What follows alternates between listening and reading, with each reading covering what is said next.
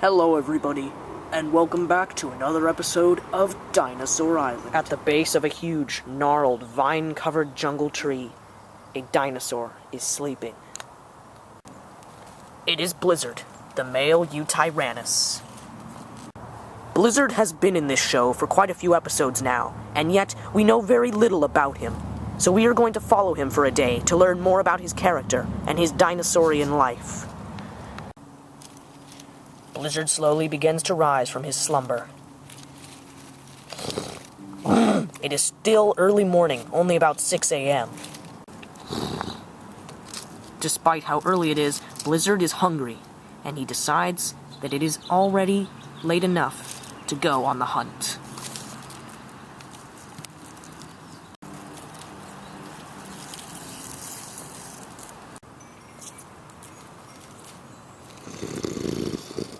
Little to no large herbivores are ever seen in these southernmost forests. They are too dense, too packed with vegetation. If Blizzard is to find suitable prey, he must go to the southern prairie. However, his journey is even harder than it appears, for not only is he in the middle of the forest, but he is also at the base of a very large hill. And right beyond that hill is even more forest.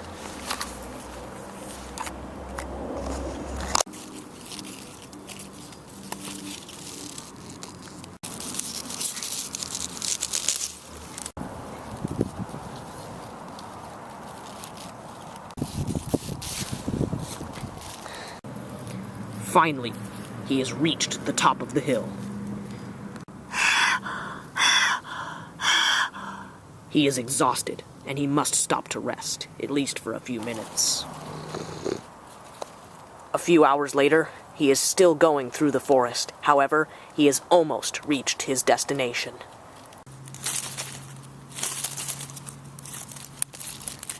Finally, he reaches his destination. He is at the southern prairie.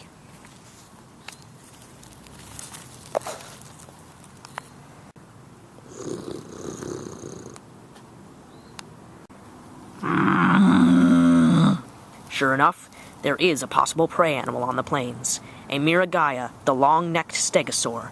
An odd animal, for sure.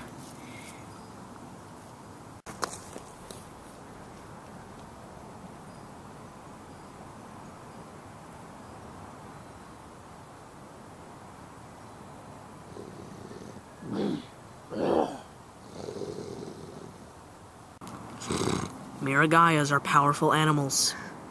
They have sharp, long spikes running all the way down their back and tail and neck.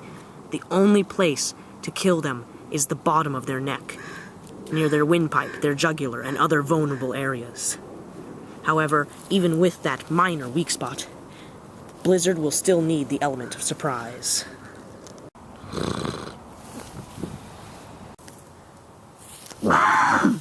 Blizzard has lost the element of surprise and missed his chance to bite the Miragaia's neck. Nonetheless, he is hungry and he will not give up so easily. The Miragaia quickly turns around, swinging his powerful tail and sharp tail spikes at Blizzard.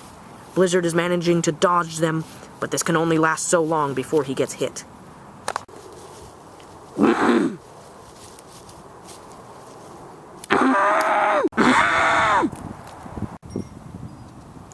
Blizzard is wounded. Badly. The blood from the wound on his gut has dripped all the way down his right leg. He has been forced to back down. He cannot fight the Miragaia now. He lays down in the tall grass. He needs to rest.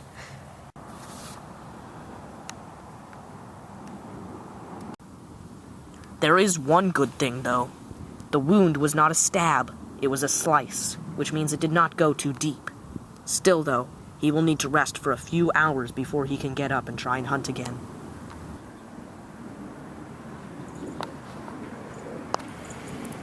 A few hours later, we see that Blizzard has gotten up and healed from his wounds a bit, anyway.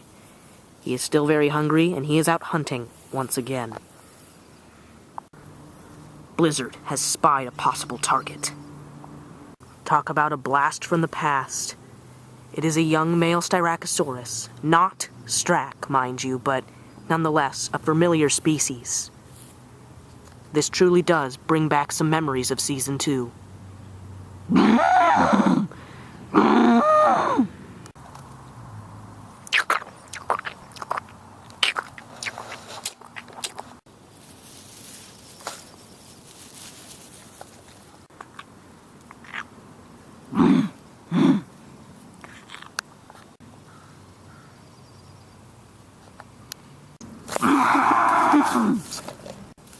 The Styracosaurus sees him charging, and the chase is on.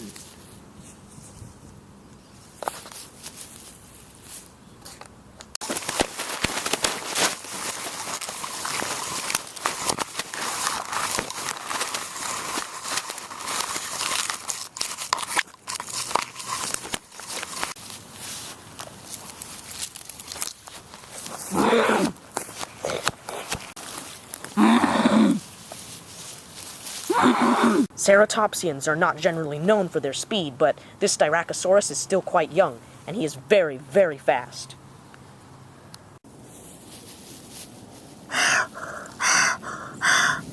Too fast for Blizzard to catch up to.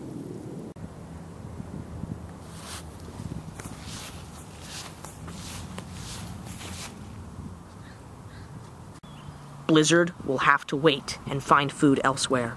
Clearly, he is not going to be able to catch any animals out on these vast plains.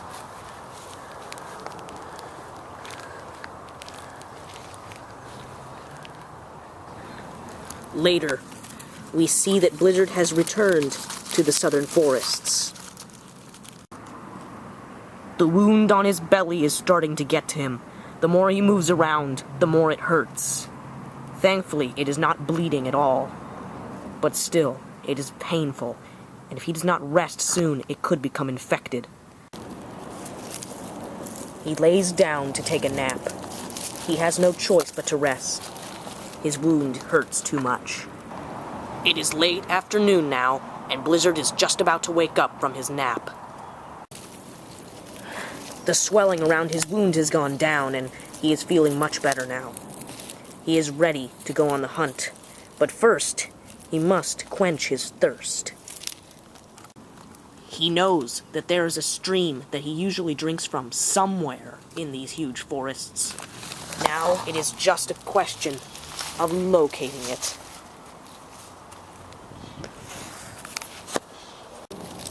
Thankfully, Yutyrannuses have a very good sense of smell, like most tyrannosaurs do, and he will be able to sniff his way to water soon enough.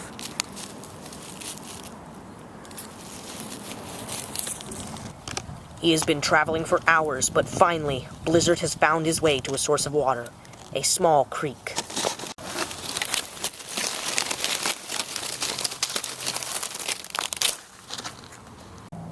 The creek bed is filled with small river rocks, some not so small as well. These stones have been polished by the ever-constant flow of the water. Blizzard moves closer to the stream.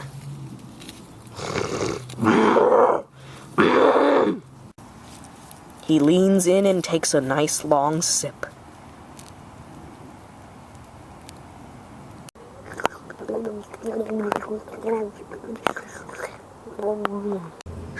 Finally, it appears that he has drank his fill. But the good news doesn't stop there. Only a few meters away is a possible prey item for Blizzard. This is Beelzebufo, or the devil frog. These frogs have been here since the Cretaceous period, and they can get to nearly 6 feet in length and 3 feet in height. Blizzard slowly approaches, and then, quickly, he thrusts his huge claws down into the water.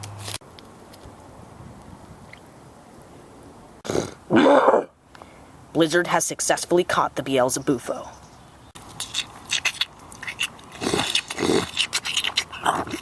He begins excitedly eating his kill. Blizzard roars in victory. In victory of surviving another day on Dinosaur Island. Thank you for watching this week's episode of Dinosaur Island.